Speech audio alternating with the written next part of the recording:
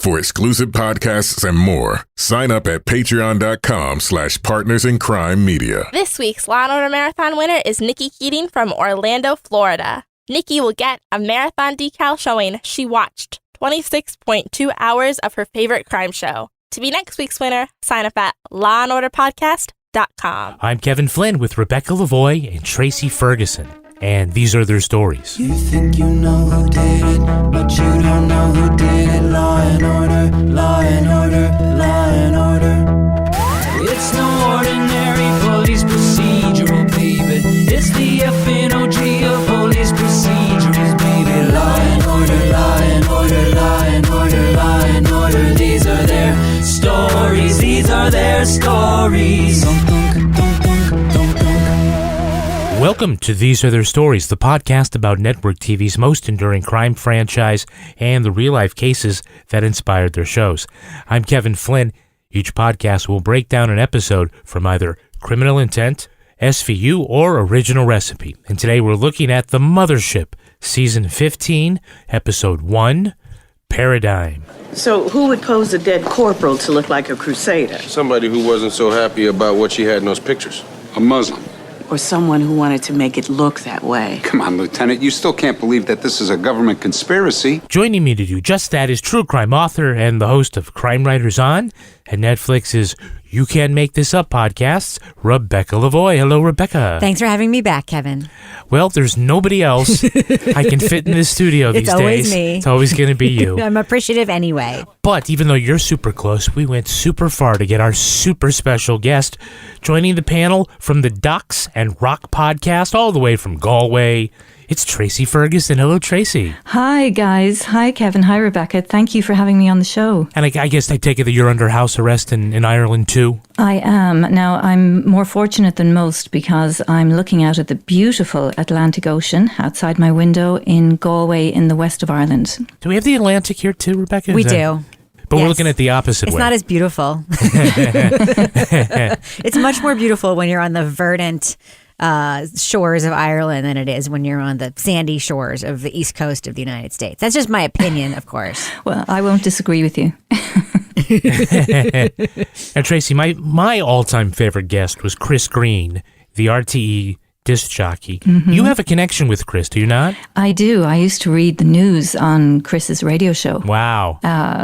Yes, back in the day. But we were still pals. All the crew from that radio station actually kept in touch. I think radio pulls people together. But yeah, Chris is fantastic. He's such a great guy, really talented. So Tracey was like the Robin Quivers to Chris Green's Howard Stern, yeah. Yes. Very exciting. Yes. Everyone knows Robin is the glue to that show. So Tracey was obviously the glue that held that whole thing together too. Yes, same velvety voice. I think you have a wonderful velvety voice, actually. I do too. I feel like I'm on an episode of Thistle and Shamrock right now. This is incredible. Thank you very much. That's insensitive, Rebecca. It's culturally insensitive. I'll take it. Tracey, of all the franchises, which two cops are your favorite Law & Order detective team? Favorite Law and Order detective team? I know I have to. I was going to go in another direction, but I think Green and Fontana. I have to say that. I gotta tell you, after watching this episode, I'm thinking about making a switch to them as well. I forgot how much I love Fontana. I love him so much. Oh, yeah. Because he reminds you of me. Does he? Yeah, with the camel coat and the big wad of cash. And the pinky ring. The pinky ring. It's exactly how I am. And who is your favorite prosecutorial team? Favorite Law and Order District Attorney Prosecutorial Team. I mean, you just have to love Sam Waterston. Yeah. Of course. You just have to. He's just the best. And in this as well with, is it Elizabeth Rohan? Yes. Is in this, yeah, she's pretty. I thought I liked them. But you can't go wrong really on any episode of Law and Order. People talk about having a formula, but theirs worked. It just did. And the spin-offs are great, but it's the original and best that I love most. Yeah, and we have to get your opinion. Do you think that Serena Sutherland is actually a lesbian? Or as she said so on the end of this particular season, but no one agrees with her. No, it doesn't ring true. All right, now let's take a look at the first half of this episode, Law & Order, Season 15, Episode 1, Paradigm. Work colleagues whose smoking break is going to be smoking each other stumble across the body of a woman posed on her back with a cross written in blood across her chest. Ed Green and his spanking brand new partner Joe Fontana learned she was struck with a pipe and then smothered. This girl's built pretty solid. She fight back? No, there's no defensive wounds. This is why I'm sure that she was smothered after she lost consciousness. So where'd the blood on her clothes come from? It's not hers. DNA lab says it's porcine. Pig's blood? So we're looking for a guy with a pink complexion. And a flat nose. Lindsay Starr was a reservist MP who just returned from Iraq. The day of her murder, she was not wearing a white blouse and was headed to the city to pick up tickets to a booze cruise honoring veterans. In her work locker, the detectives find a key to a safe deposit box which contains photos of prisoner mistreatment at Abu Ghraib. But these photos, which she probably got printed at CVS, reveal that high-ranking officers were also taking part in the torture. Well, if it's not a military cover-up, could the killer have been a former prisoner? They get a list of all the people who were bad enough to get waterboarded, but okay enough to come to New York and get working permits. The two find an American oil executive who got his Iraqi brother-in-law out of Abu Ghraib, but he was later killed in an insurgent car bomb attack. His sister, Nadira, said the day of the murder, she was shopping in Brooklyn, and Green and Fontana uncovered the Muslim woman purchased pig's blood. When confronted with this evidence, Nadira demands to be treated as a prisoner of war. Okay, so everybody's just walking into this empty office suite? It's Yes. like no locks on the door? Yes. And it's full of asbestos, and no one cares.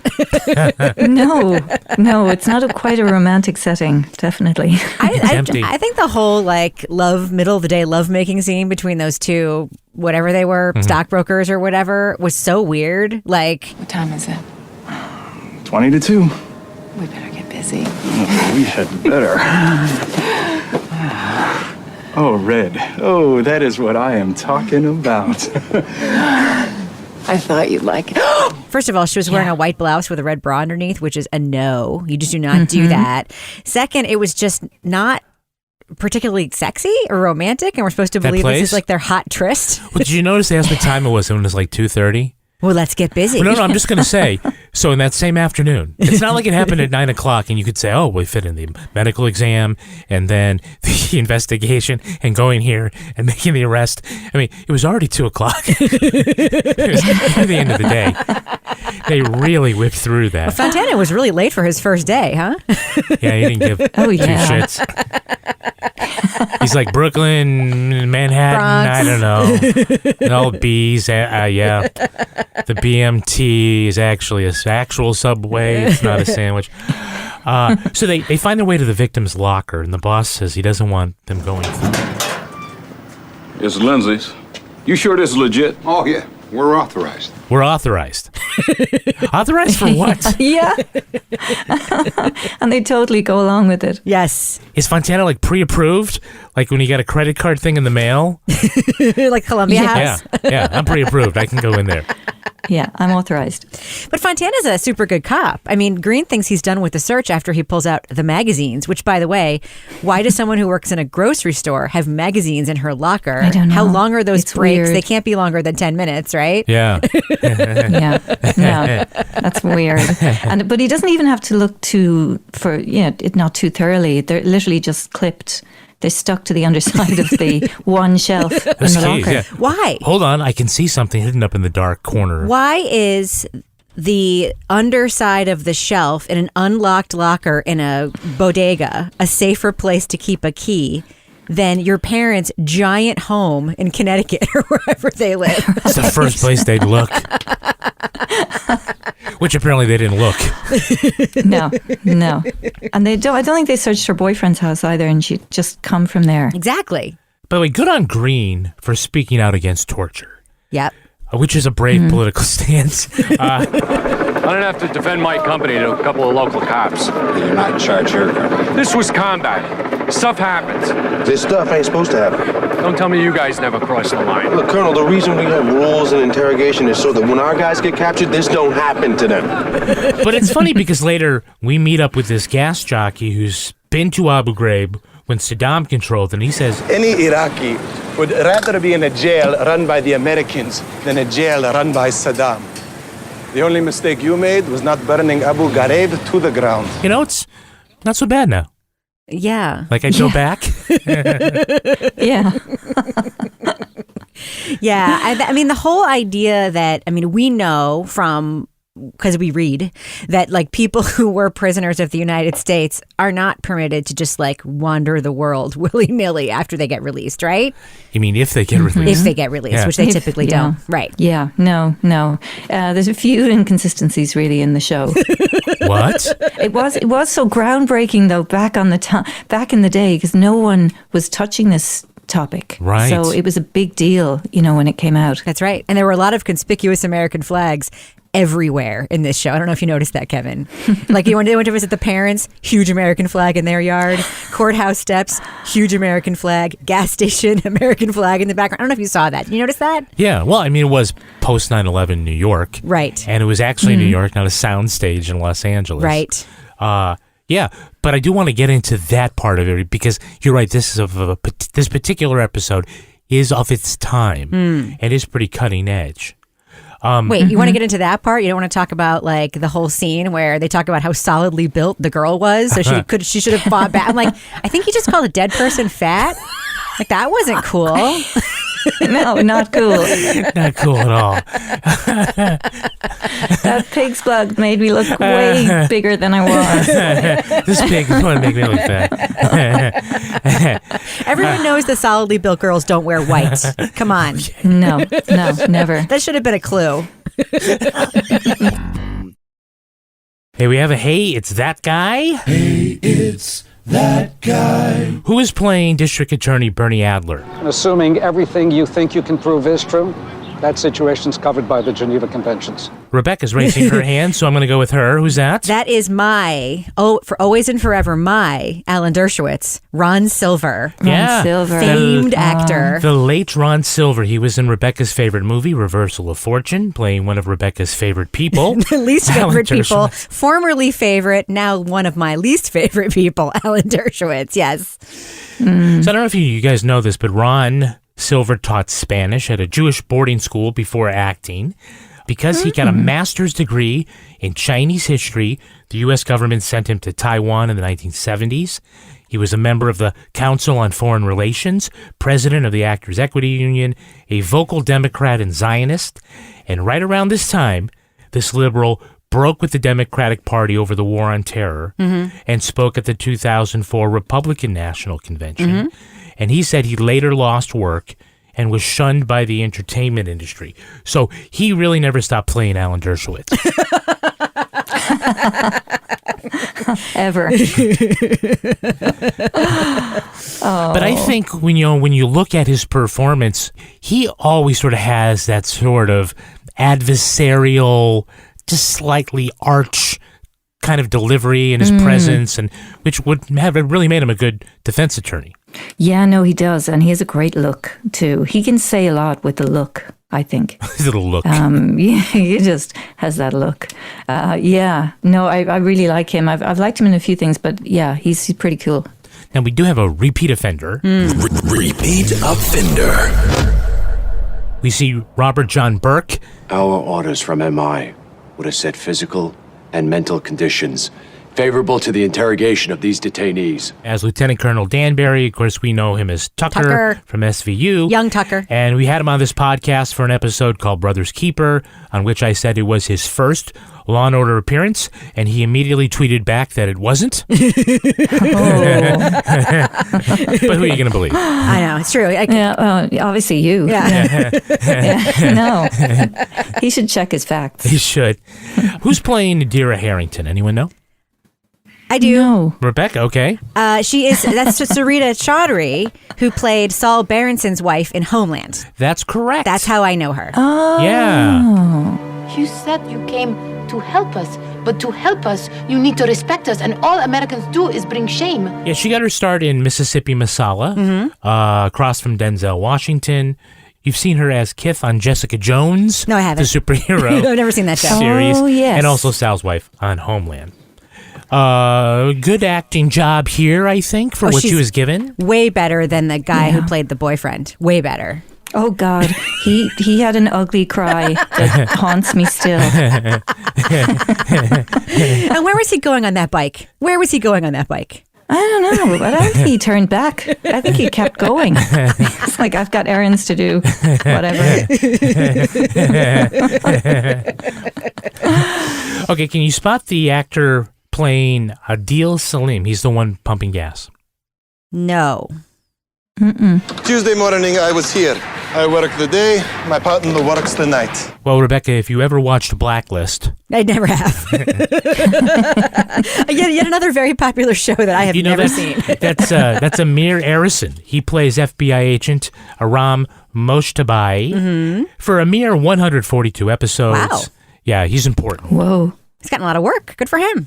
That's a nice paycheck. Yeah. He won Best Actor in a Comedy at New Jersey's Hang On to Your Shorts Film Festival. So prestigious. That's up there with the Oscars. Yeah, wow. It is the New Jersey Hang On Your Shorts film version of the Oscars. Now, does anyone know who's playing Mayor Michael Bloomberg?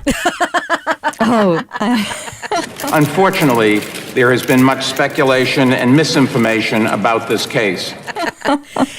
That shows you how popular that show was, for the mayor to be making a personal appearance. Yes. Yeah, that is Michael R. Bloomberg, as he was listed in the credits. That is his second Law & Order appearance. He was born on Valentine's Day, 1942. He was murdered by Elizabeth Warren in the first presidential debate. True. So did you notice the lingering long shot on his reaction face as Arthur Branch is talking? It's like they wanted to give Bloomberg a chance to face act for a minute. Yeah, exactly. So they had to cut some of his lines, like when he turned to Sutherland and said, "Nice tits." No, he didn't. Yeah. No, he didn't. That was the real life Michael Bloomberg, not the fictional Michael Bloomberg. Oh, wow. Because then he stopped and frisked Van Buren. Oh, stop it. But he probably would have. Yes, he would. Or he would have gotten someone else to do it. All right, we also see somebody before they were famous. We do. Before they were famous. Rebecca. Yes. Can you tell me who is playing the dead body of Lindsay Starr in this episode? No. You have no idea? No. Tracy, can you help her out? That would have been me, Tracey Ferguson, in my starring role that I'm still really proud of. Are you kidding? I am dying right now. Yes, that is Tracey Ferguson, now the host of the podcast Docs That Rock. So we have a guest on who was in the episode that we are talking about? Yes. Has it ever happened before? No, it's never happened before. Oh. Not for lack of trying. Wow. I feel privileged. This is amazing. Tell me everything. Did Dennis Farina touch your face? Really? Did he pill up your lip? He put his fingers in my mouth. It was a special moment. Then he rolled you over naked. He rolled me over. Oh, that roll. Now I'm super pissed that they called you a sturdy girl or whatever they called you. Rebecca, not just them. She's built. No, they said, Kevin. they said girls built pretty solid. And I said, are they trying to say she's fat and that is not okay? That is what I said. I'm going to play a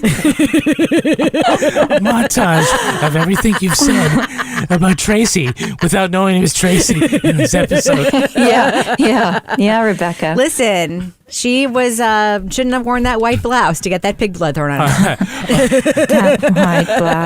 That white blouse was the end of me because the costume person had put on all the pig's blood. Mm-hmm. And had dried it hanging up, so it dried in a big wide circle. Wait, tell me it wasn't actually pig's blood that they used for this show. No, I think it was just paint. I don't know where they got that blood. No, it was definitely blood. Probably. So tell us this experience, because we have not had anyone on who's done this before. This is a dream. Yeah. Well, tell us the experience. It was great. The audition was very simple because all I had to do was stand there, and they had about 15 people, and we stood in a line, and my dad was in the army, So he had taught me how to stand for a military parade. So and you push your shoulders forward, up, back, drop them, and then you have this kind of solid stance. So I did that, and then I got the gig. You had that was it. You had to pretend to be her alive in order to play her dead? Yes. Yeah, they were going to do this. They were going to do a couple of scenes, and I had speaking. I had lots of lines, but they decided I didn't get. I would have been really heartbroken if I had. We'd recorded this, taped the scenes, and then they'd cut them. I would have been devastated. But they actually didn't tape them because they said that there was too much in the plot.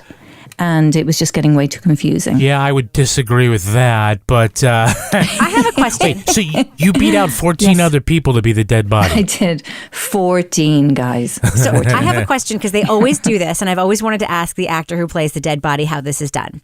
So they have, like, at some point a photo of the victim that they're like showing, they show it to the young Tucker, and they show it to the parents or whatever.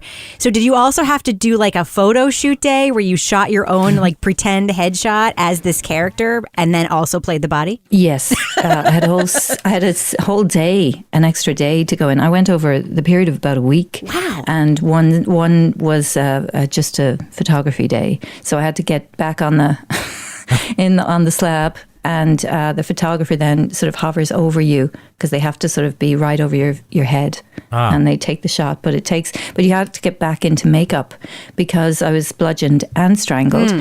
That took a couple of hours each time, and the makeup artist told me she used to be invited to the morgue, the city morgue, whenever a particularly gruesome body would come in so that she could study injuries. Wow. And how to replicate, strangulation and bruising. Another question, because I have an opportunity to ask. Is Jesse L. Martin super gorgeous in real life? Oh my God, he's so beautiful. How would she know her eyes were closed the whole time? Oh, not all the time, Kevin. Not all the time. So this is the first episode with Fontana, no Briscoe. Yep. And so when he walks into Van Buren's office for the first time, right, he freezes with the camera tight on his face, doesn't move. Can I help you? I'm Fontana. Oh, hey. It's like in an episode of Happy Days when the star walks in and the audience applauds first. Oh, yeah. That's true. Everyone's like, it's Dennis Farina. Yeah. Wow. We didn't know who it was going to be. How'd they get him to do this? It's like, what'd you do with all the money, Dennis? I love him. I love the way his character is built. I love the way he seamlessly flexes from greasy and maybe racist to super smart and definitely not racist to greasy and maybe racist again in like 4 seconds over and over and over again.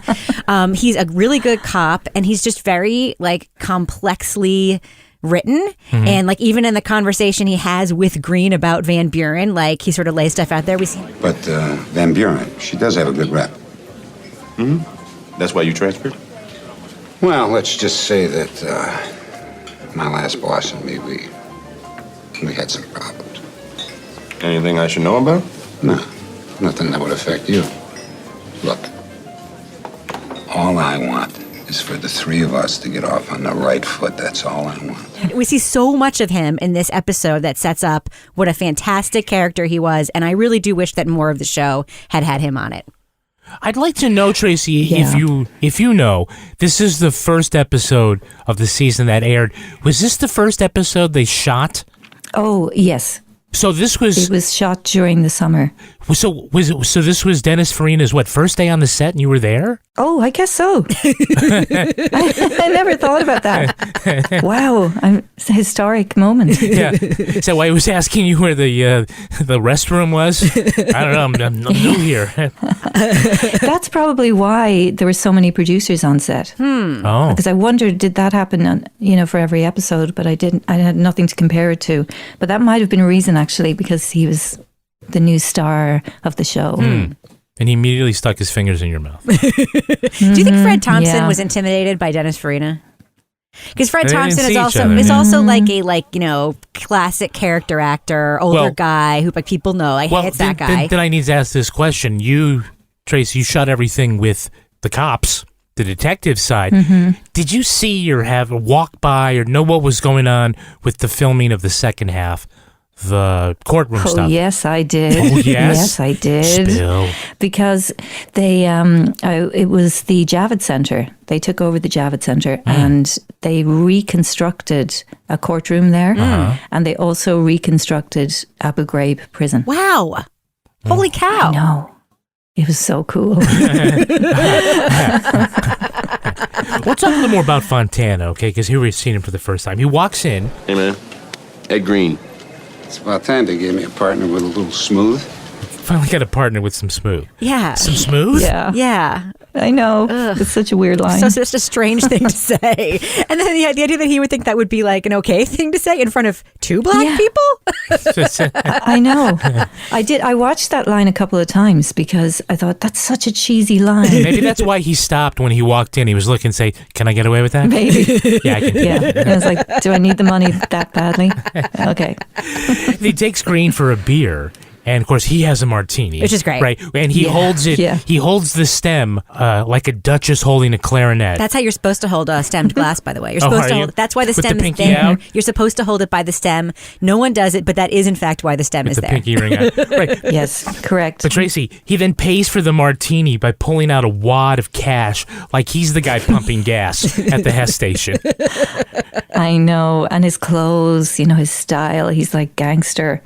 And then, he's just brilliant. He brings a lot into the role, really. Yeah, we're supposed to be wondering if he's on the take, which obviously Green is wondering immediately. Well, I will say Fontana is on Law & Order for 2 years, and we never learn where he got all his money. Yeah. No, we suspect. Yeah, I mean, I just assume. I mean, I call her AVB. Anita Van Buren says to Green later, like... You should have seen this dude. I mean, he had a knot the size of my fist. Yeah, with an attitude to match. So what's the 411 on him? Works hard, plays hard. Sound familiar? Yeah. Yeah, but they didn't give me a choice, Ed. He works hard and plays hard. Like, you know something about that, alluding to Green's gambling problem, right? So, I don't know if it's that. It could be the ponies. Maybe he came with money. You never know. You don't know he didn't. I don't like to assume he's maybe he's the heir to that saffron oil fortune.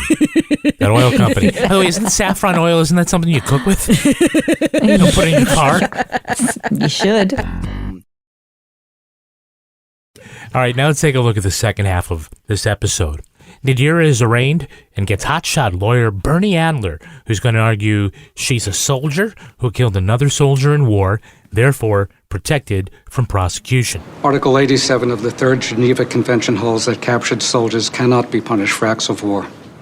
Therefore, this court has no jurisdiction over this homicide. Neither the victim nor the defendant were soldiers. The victim was a reservist, Who was inactive.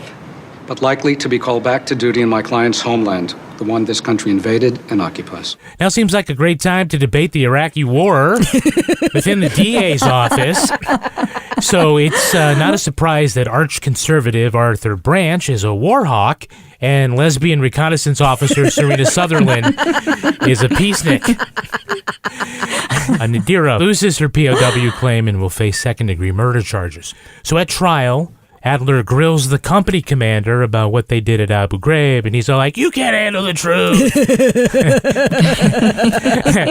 Nadira testifies her brother was humiliated by Lindsay Starr and was sodomized with a broomstick handle. He told his sister that the troops were from New York, and she got everyone's address from the internet. Thanks, Google. Nadira says she lured Lindsay to the office building only to humiliate her, but McCoy convinces the jury she brought the pig's blood and her own white blouse to make the funeral gown. Jurors convict, and Branch tells the reporters, it's not a victory in the war on terror, it's a victory in the war of crime, which is just as good, rhetorically. I don't know. Yeah. So this is the argument that Branch has been waiting his whole life to make. Yes. Ever since he got hassled by that chicken hawk in those Looney Tune cartoons. They hate our way of life and our freedoms. Now, this is their war on modernism and Western civilization. So the strategy is to scare the jury to death. Trust me. The fear is already there. We can't have Iraqi assassins roaming the streets of New York executing Americans. I still think we should have handed her over to the military. We could have just ducked the whole issue instead of trying to set policy. And I can't believe I have pusillanimous pussyfooters on my own staff. So when Arthur calls everyone pusillanimous pussyfooters, yes, Serena's like, yeah, I am. Is this because I'm a lesbian? No, she's not a lesbian. I felt like this was like a repeat of the Fred Thompson presidential debate era, right? Like seeing him like be so pro invasion, all that stuff. Oh, he spent more time on this episode than running for president. But we're not going to be surprised that these two characters are seeing things differently, especially Branch, because he's sort of the conservative outlier of all the characters. Right. And I mean, I just wondered when I watched this back for you guys today, I just kind of thought, how many cliches can they fit into one episode? Yeah. You know, they were covering every columnist's opinion in one scene. You know, it was sort of, no, this is the worst thing that can ever happen. What's this like being an American? And they put in everything into one script. They hate our way of life. No wonder they didn't give me. They hate it. No wonder they didn't give me my scenes. They wanted to waste the time on arguing every level of the law. Yes. Yeah. And the grandstanding. The press conference scenes in this episode are amazing. Yeah, they hold this pre-trial press conference, complete with a cameo by the real mayor of New York, who says this. As you all know, we are in the midst of one of the most important criminal trials of the last 50 years. Okay. Really? Cool. Really? Really? Okay. The second-degree murder case. Yes. Hey, no offense, Tracy, but your body ain't worth that much. Seriously, grocery worker. I have a question about that press conference. Yeah. There's a million reporters there, and they're all screaming, Yeah, right? which happens. And Arthur Branch is like, I'll take questions. He gets two super loopy questions about like God, and then ends the press conference. I'm like, this is a press conference. This isn't a speech. Like, you're supposed to actually talk to these He said, I'll people. take a couple questions. That's it. Yeah, and actually, and when they go to walk away, then you hear all these voices going, "Oh, and another question," and it's so half-hearted. It's like no journalist would be going, "If you wouldn't mind." No, it is very funny. Well, he's in a rush walking away so that he can not be the one prosecuting this trial. Yeah, true. By the way, when you must be able to do like a kick-ass American accent if you were originally. She was dead. She didn't have any lines. But she was cast with speaking part. I was, I mean, obviously, I gave up acting after that role because where do you go from there? It's true. You know, it's true. There's like Oscar and Victim and Law and Order. I'm done. I can't. Yeah, that's it really. And it's the best conversation at dinner parties because people will say, "Well, you lived in New York, and what'd you do?" And I'd say, "Oh, I was acting for a few years and whatever." "Oh, I played a victim in Law and Order." And they go, "Oh my God, that's amazing. Hey, everybody, you'll never guess." I was also in a Broadway show, but nobody gives a shit about that. They only care about my slab that, Tony. Yeah. It's amazing. It's amazing how popular that show is. Did anybody touch you when you were naked on the slab? Dennis Tell us. Farina. Oh my God.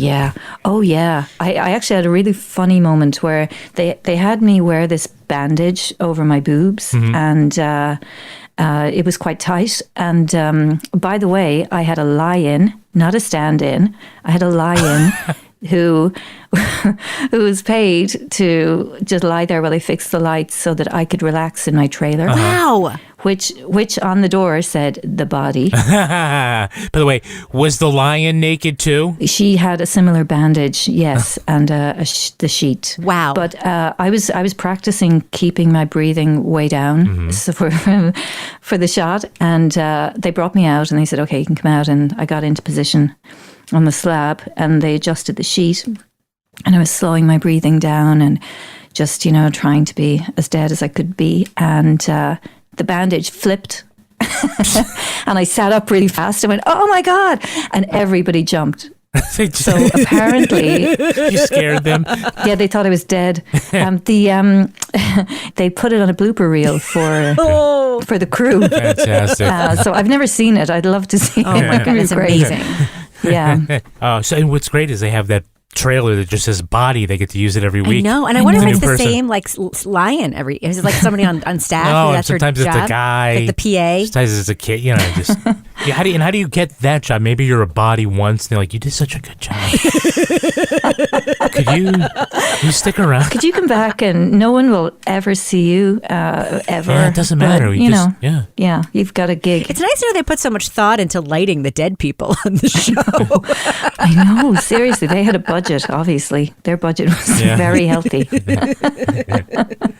Well, when you get right to court in Law & Order, you know the writers aren't going to throw in the usual plot twist. It's just going to be an expostulation on the war. Yeah. Mm-hmm. Yeah. I have other questions, though. I really do. Yeah. How did Jeff and Nadira Harrington meet? What was their romance like? Yeah. Like, this to me was the burning question of the whole episode. They're so because unlikely. You see him, they're so unlikely. You see him there in court. Is it fair to say your wife wasn't happy with her life in the suburbs? No, she was very content. You don't have children. What did your wife do all day? Nadira likes to cook. She reads several newspapers. She's very interested in current events. He doesn't seem particularly surprised that his wife has become more devout because he says that. Uh-huh. But like, there's never any inkling of any kind of relationship between the two of them other than the fact that she lives in his Syosset, like, suburban house and makes dinner for him or whatever. But like, what is that situation? Because he doesn't seem like particularly affected about his wife's being charged with murder, even though he's on the stand, and it just seems very weird, right? It does seem weird. And then when he's asked the question, about the murder of her brother, he said, "Well, did she blame the insurgents or did she blame the Americans?" And he says, "I was afraid to ask." Like, and that's it. Like, that's the end of that. Oh, well. Yeah, communication in that relationship. Yeah. I kind of thought they were going to play it like it was a long game, that she married him on purpose so that she could get here to do stuff. That's kind of where I thought it was going. Okay, but that would work. Yeah.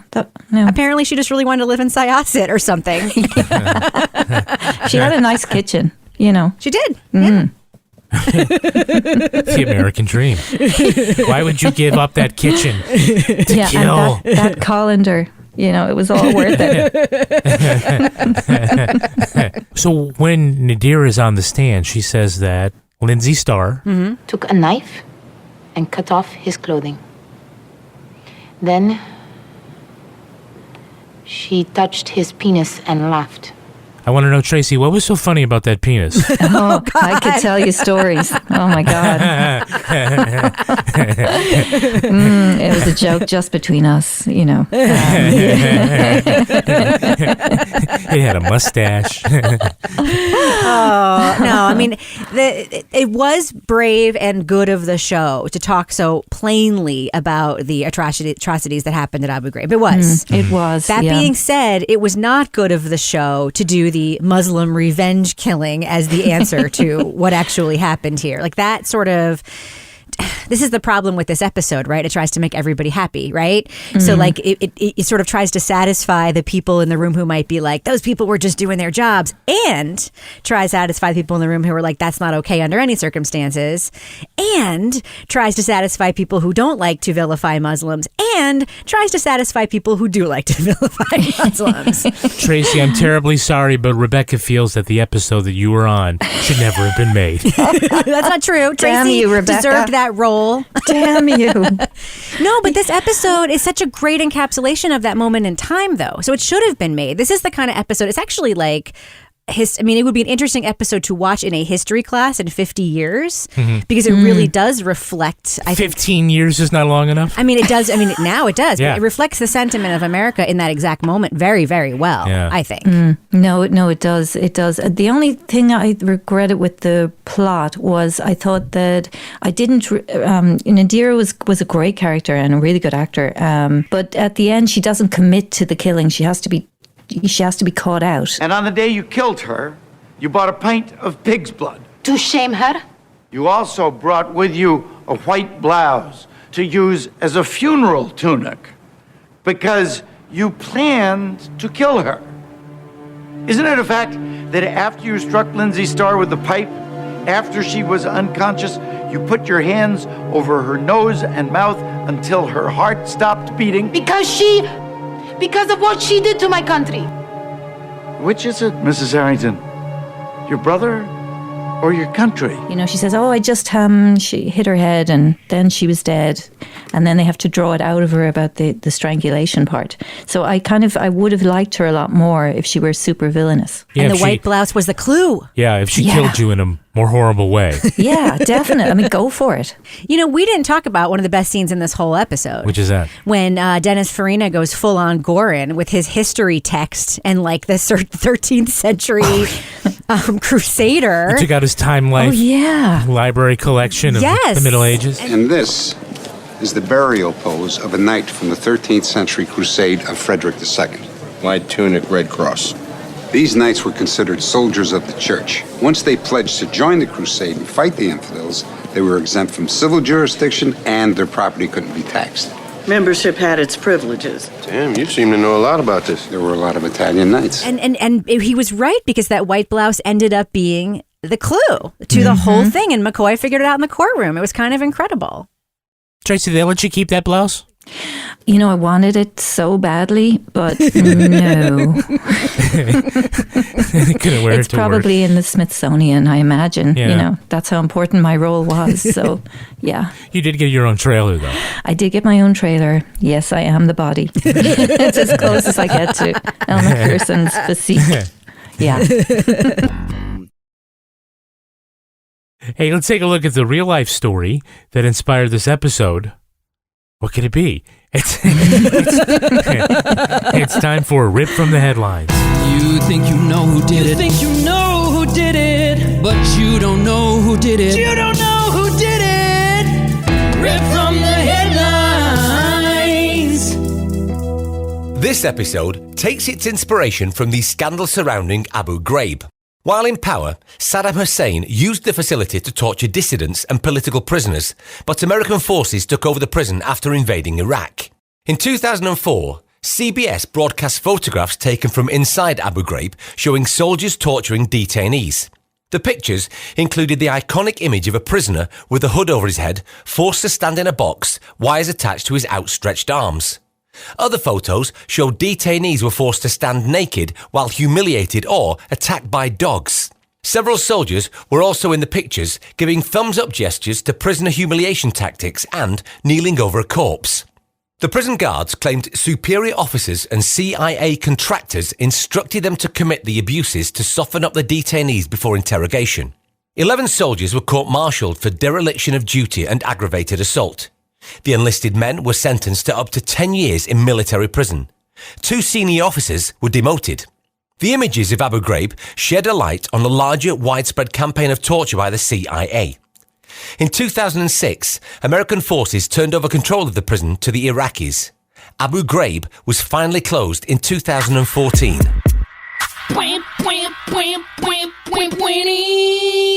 It's pretty on the nose. Yeah. I want to start by noting that since 2003, over 1 million U.S. troops served in Iraq. 85% received honorable or general discharges. Only 2% were dishonorably discharged. And most of those who serve honorably do not endorse those actions. Saying that right up front. The military, though, has been dilatory in its prosecution of U.S. war criminals.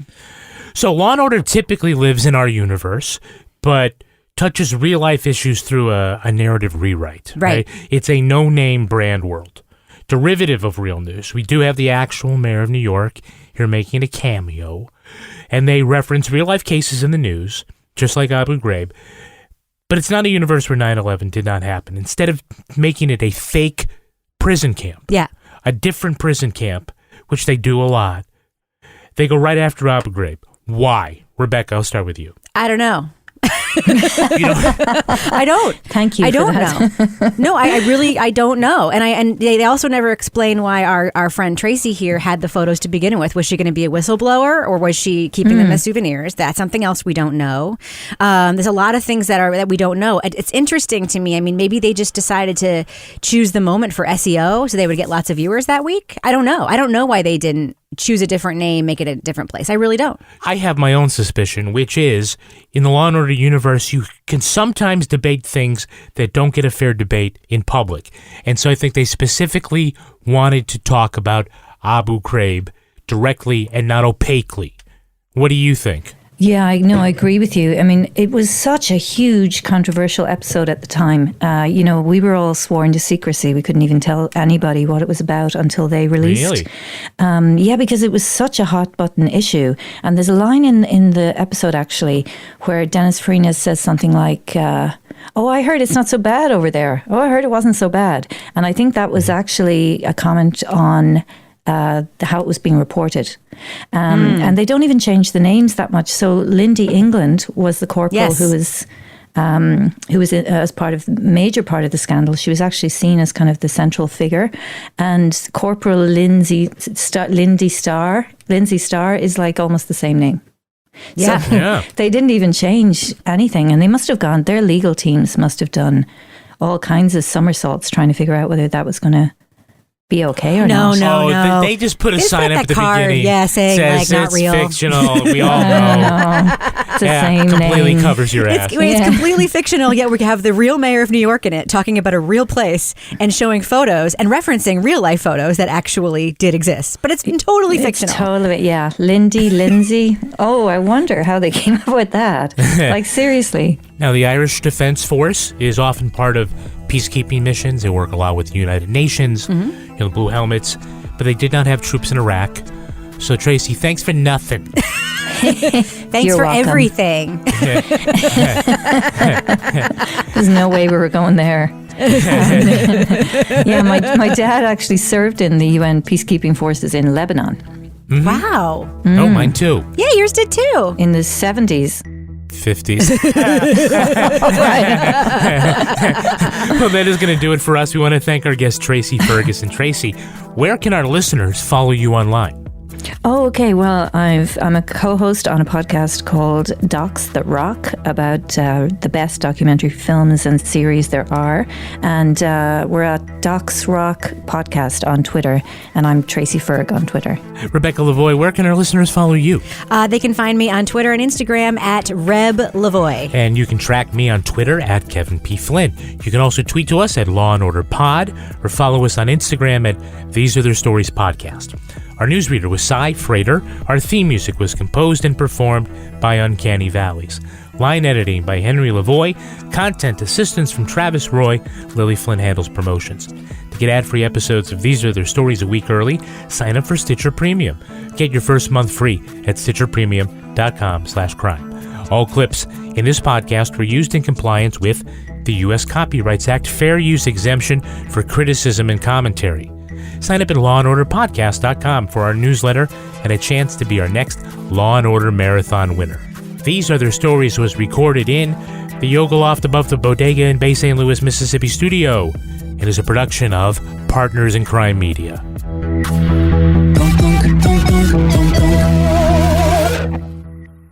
Partners in Crime Media.